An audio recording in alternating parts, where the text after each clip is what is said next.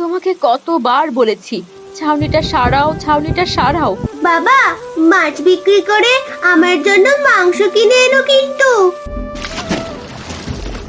বিলের পাশে চিংড়ির হাট বসেছে, দাম অনেক কম। এই এই, এখান থেকে যাও দেখিনি।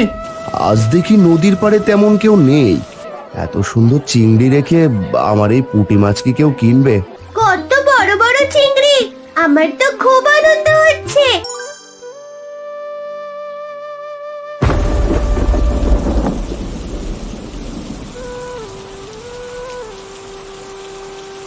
তোমাকে কতবার বলেছি ছাউনিটা সারাও, ছাউনিটা সারাও।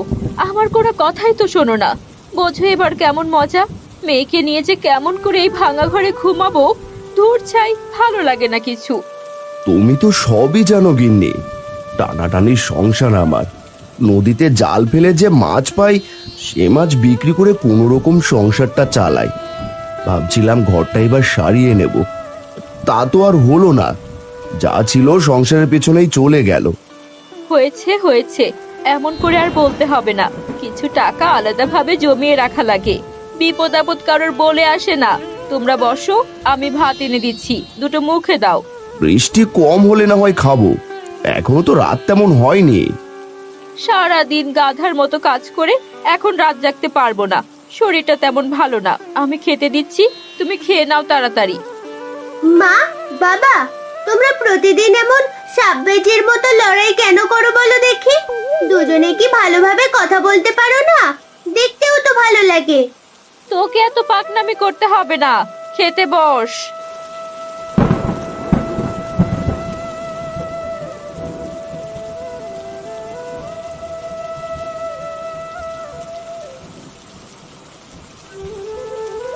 বাবা হারান, এভাবে মন খারাপ করে বসে আছিস কেন রে? কিছু হয়েছে? না মা, এখনো দেখি টিপ টিপ বৃষ্টি পড়ছে। কি যে করি, এমন অবস্থাতে কি নদীতে মাছ পাওয়া যাবে? আর মাছ না পেলে যে বাজার করতে পারবো না। এত চিন্তা করিস না তো, বৃষ্টি একটু ধরে আসুক, তারপর নদীতে যাস। এই নাও বাজারের ব্যাগ। বাড়িতে তেল, চাল, লবণ সব ফুরিয়েছে। বাড়ি ফেরার পথে সবকিছু নিয়ে এসো। ভাবছি এখনো তো বৃষ্টি পড়ছে, নদীতে কি মাছ পাবো? না, আর দেরি করা ঠিক হবে না। আমি আসি গো তবে। বাবা, মাছ বিক্রি করে আমার জন্য মাংস কিনে এনো কিন্তু।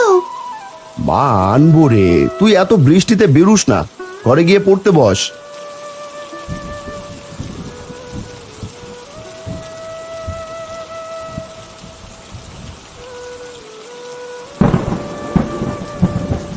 আজ দেখি নদীর পাড়ে তেমন কেউ নেই। আমি তো একাই এসেছি, কি আর করা। মাছ না ধরতে পারলে তো সংসার চলবে না।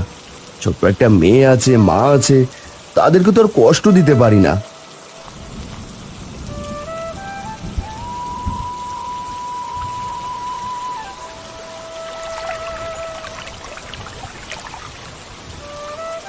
এই কয়টা মাছে তো তেমন কিছুই কিনতে পারবো না। সকালে এসেছি, এদিকে সন্ধে নামতে চললো। এরপরে বাজারে গেলে আর মাছও বিক্রি করতে পারবো না। এই মাছগুলো নিয়েই বাজারে যাই।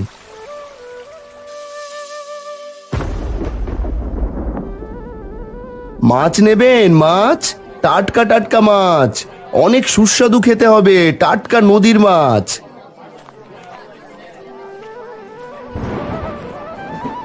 এই দাদা, বাজারে তো কোনো মাছই ওঠেনি। তোমার কাছের মাছও তেমন ভালো নয়, সবই চুনো পুঁটি। কি আর করা, ছেলে মেয়ে মাছ ছাড়া ভাত খায় না। আমাকে সবগুলো মাছ দিয়ে দাও, বিনিময়ে তোমাকে 50 টাকা দেবো। ভাই, এ তো অনেকগুলো মাছ, এতগুলো মাছ মাত্র 50 টাকায়।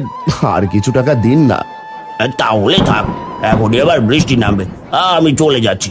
এদিকে আবার সন্ধে ঘনিয়ে আসছে, তোমাকে মাছ দিতে হবে না। বাজারে তেমন কোনো মানুষ নেই বৃষ্টির জন্য। এখন বিক্রি না করলে মাছগুলো বিক্রিও হবে না, তখন যে আমার সব শেষ হয়ে যাবে। ভাই নিয়ে যাও, কি আর করা, বাড়িতে চাল নেই, মাছ বিক্রি করতে না পারলে না খেয়ে থাকতে হবে। ঠিক আছে, তোমাকে 5 টাকা বেশি দিল, নাও।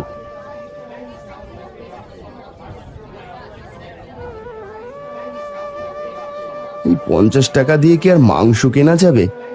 মেয়েটার কোনো ইচ্ছেই পূরণ করতে পারি না বাবা হয়ে। ভাইয়া, আমাকে 1 কেজি চাল আর 20 টাকার তেল আর 5 টাকার লবণ দাও দেখি।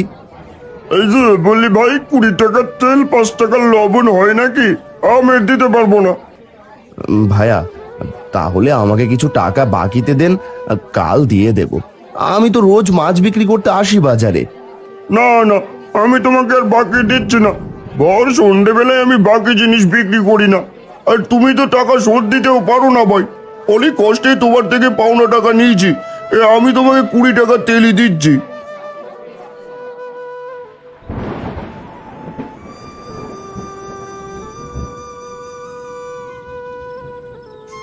বলি সেই সকালে গিয়েছো আর মাত্র বাড়িতে এলে?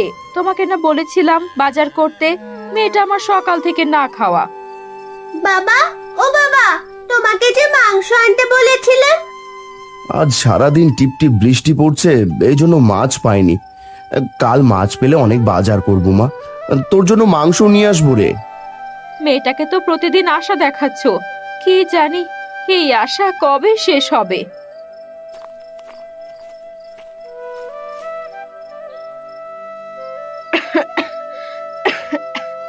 বাবা, তোকে যে বলেছিলাম আমার খুব কাশি হচ্ছে, কিছু ওষুধ আনতে। আমার কি আনার ইচ্ছে করে না? তুমি বেশ কিছুদিন যাবত অসুস্থ। দেখি কাল মাছ বিক্রি করে ওষুধ নিয়ে আসবো। আর এই নাও মালতী, বাজার বাকিতে এনেছি, বলেছি কাল শোধ দিয়ে দেব। আর তুমি তাড়াতাড়ি রান্না করো। আর তিন্নি আর মায়ের মুখ শুকিয়ে গিয়েছে একদম। এই তো যাচ্ছি, কোনো তরকারি তো আনোনি। আজকেও কচু শাক রান্না করতে হবে। মেয়েটা যে আর কচু শাক খেতে চাইছে না। জানি না বিধাতা কবে মুখ তুলবেন। আমি গোসল সেরে নেই গিন্নি।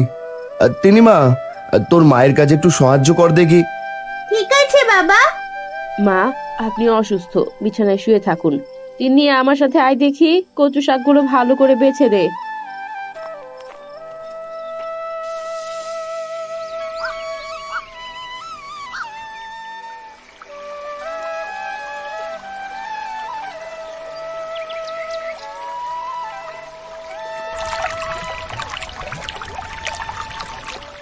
যাক, অবশেষে 2টো মাছ পেলাম। কাল অল্প ভাত খেয়েছি, আজ বেশি করে চাল কিনবো। বাজারে যাই, না হলে হাট শেষ হয়ে যাবে।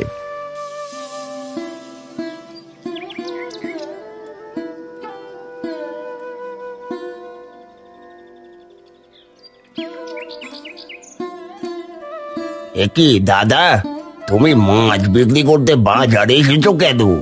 আজ তো বাজারে কোনো মানুষ নেই। কোথায় গেছে সবাই ভাই?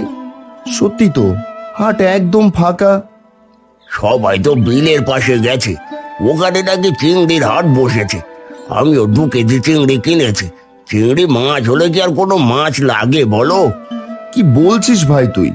তাহলে আজ বিলের পাশে হাট বসেছে? হ্যাঁ হ্যাঁ, তুমি বরং ওখানে নিয়ে যাও, তোমার মাছগুলো দেখো বিক্রি করতে পারো কিনা। আমি তো এটাও শুনে আসলাম ওখানে নাকি প্রতিদিন চিংড়ির হাট বসবে।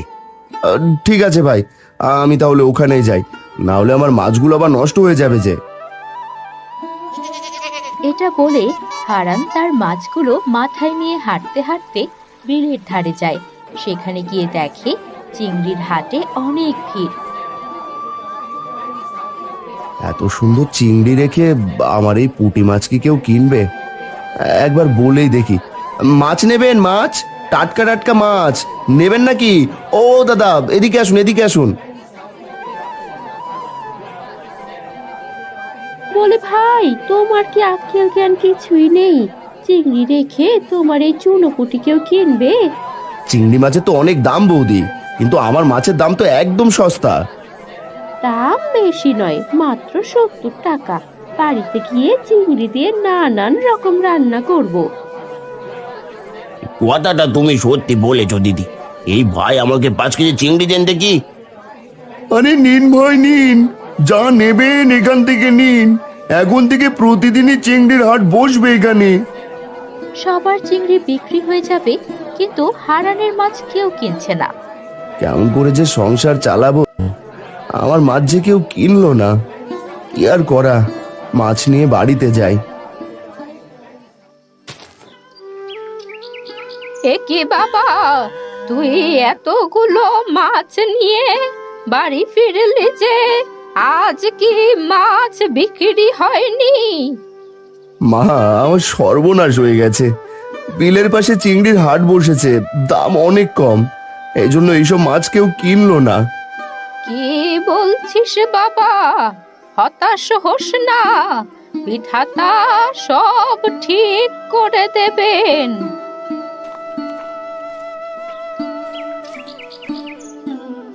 বাবা, জল খাও। এমন করে কেন ভেঙে পড়ছো বাবা? তুমি ভেঙে পড়লে আমাদের কি হবে বলো? তুমি চিন্তা করো না, মা এসেছিল, 5 কেজি চাল আর কিছু বাজার দিয়ে গেছে, সেটা দিয়ে কয়েকদিন চলে যাবে। তুমি অন্য কিছু করো। কি করব, আমার মাথায় কিছুই আসছে না। আমার মাথায় একটা বুদ্ধি এসেছে বাবা। আমাদের উঠোনে ওই পাশটায় তো ফাঁকা জায়গা পড়ে আছে, সেখানে তুমি পুকুর কাটো। কি সব বলছিস তুই মা? এখন পুকুর কেটে কি হবে? হবে বাবা, তুমি পুকুরে চিংড়ি চাষ করবে, আর সেই চিংড়ি তুমি বিলের ধারে বিক্রি করবে। টাটকা চিংড়ি হওয়ায় সবাই তোমার কাছ থেকে চিংড়ি কিনবে। কিন্তু মা, পুকুর কাটতে গেলে অনেক লোকজনের দরকার পড়বে, তাদের টাকা দিতে হবে। এমনিতেই নুন আনতে পান্তা ফুরায় আমাদের। কেন? আমার ওই গরুটা বিক্রি করে যা টাকা পাবে ওটা দিয়েই হয়ে যাবে। মেয়েটা মন্দ কিছু বলেনি। তাছাড়া আমাদের গরুটা তো অনেক ছোট, ওর খাবার জোগাড় করতেও অনেক খরচ। নিজেরাই খেতে পারি না, গরুকে কেমন করে খাওয়াবো? তুমি তাই করো, গদাই দাদার বউ বলেছিল একটা গরু কিনবে, তুমি গিয়ে খবর দিও। এখন তো সন্ধে হয়ে এসেছে, কাল বিক্রি করব বরং।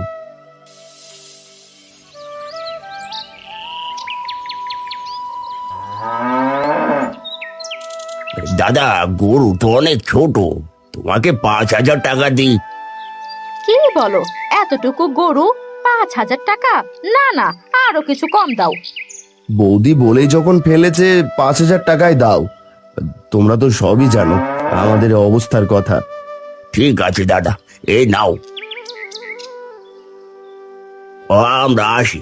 গিন্নি, গরুটা গোয়াল ঘর থেকে নিয়ে এসো।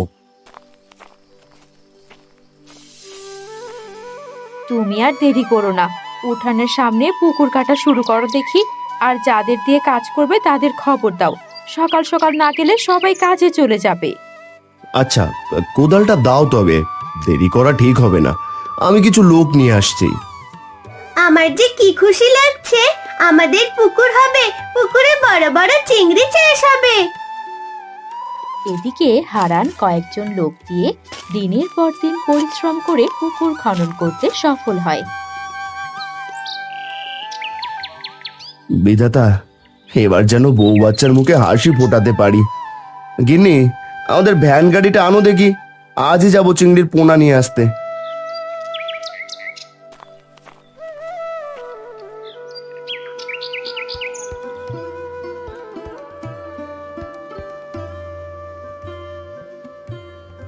মা, আমি আর তিন্নি মিলে পুকুরের আশপাশটা পরিষ্কার করে দিচ্ছি, এই রোদে আপনাকে আর কষ্ট করতে হবে না।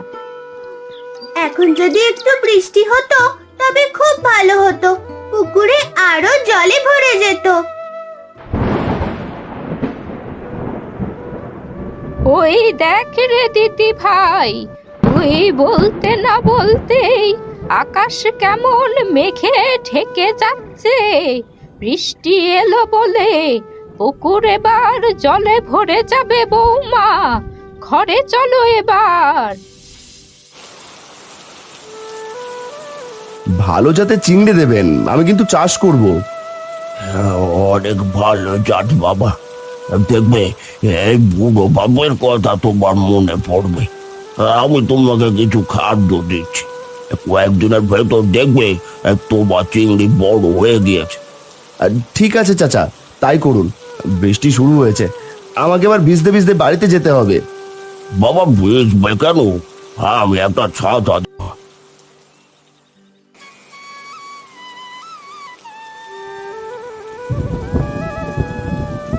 গিন্নি, পুকুরে দেখি অনেক জল হয়ে গেছে। বলি, চিংড়ির পোনাগুলো কি আজ দিয়ে দেবো পুকুরে? দিয়ে দাও, পুকুর ভেসে যাবে না।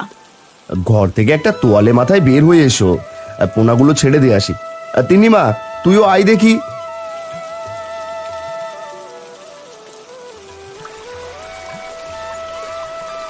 বাবা দেখো, টিপ টিপ বৃষ্টিতে চিংড়ির পোনাগুলো কেমন করে খেলা করছে। এখন শুধু যত্ন নেবে ওদের, দেখবে তাড়াতাড়ি বড় হয়ে উঠবে ওরা।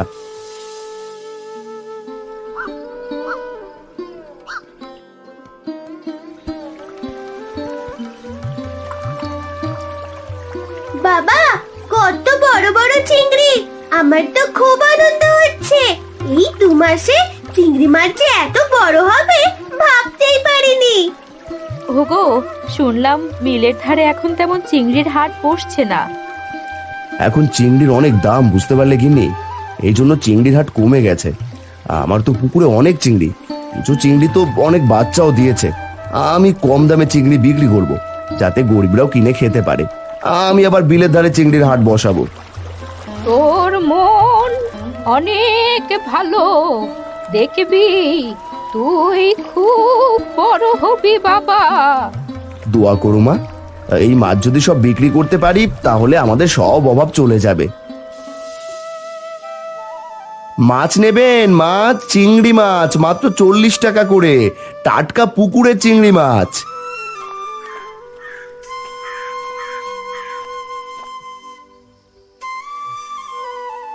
সত্যি বলেছো দাদা, সত্যি তো মাছগুলো তো নড়ছে। এত কম, আমাকে 2 কেজি দাও। এখন চিংড়ি মাছের দাম যে হারে বেড়েছে কিনতেই পারছি না। মেয়েটা কবে থেকে খেতে চাইছে, এখন তো আর হাটই বসে না এখানে। এখন থেকে আমি বিক্রি করব এখানে। ভালোই করলে দাদা, আমি সবাইকে গিয়ে তোমার কথা আর এই হাটের কথা বলবো।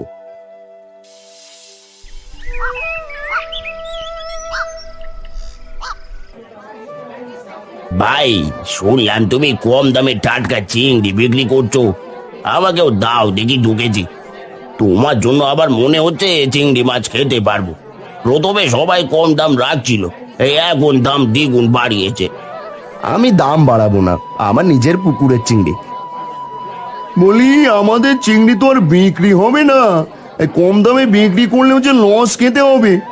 এখন তো হারানকে বিলের হাট থেকে তাড়িয়ে দিতে হবে, আর নয়তো আমরা বেশি দামে চিংড়ি বিক্রি করতে পারবো না।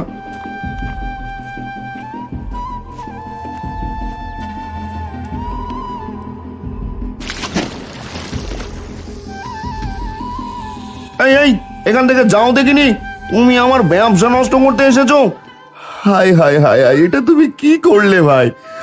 আমি তো আমার মতো ব্যবসা করছি, আর এখানে তো চিংড়ির হাটই উঠে গিয়েছিল, আমি আবার শুরু করেছি। তুমি এখানে ব্যবসা করলে আমাদের চিংড়ি মাছ কেউ নেবে না। তুমি যাও বলছে এখান থেকে, এখানে আমরা কেউ তোমাকে ব্যবসা করতে দেবো না। আমার দাদা এখানে ব্যবসা করবে, কে আছে নিষেধ করো দেখি। তোমরা যে বিলের ভেতর সব চিংড়ি ফেলে দিয়েছো, আর চিংড়িতে যে ফরমালিন দিয়ে টাটকা করে রেখে বিক্রি করছো, তার সব প্রমাণ আমার কাছে আছে। আমি মোড়লকে বলবো। না না ছোট ভাই, এমনটা করো না, তাহলে যে আমাকে কানাকানি কাটাতে হবে। তাহলে দাদাকে এই বিলের পাশে চিংড়ির হাটে ব্যবসা করতে দাও। ঠিক আছে ঠিক আছে, এই চলো সবাই। হারান্দা, আমাদের ক্ষমা করে দিও, আমরা বুঝতে পারিনি।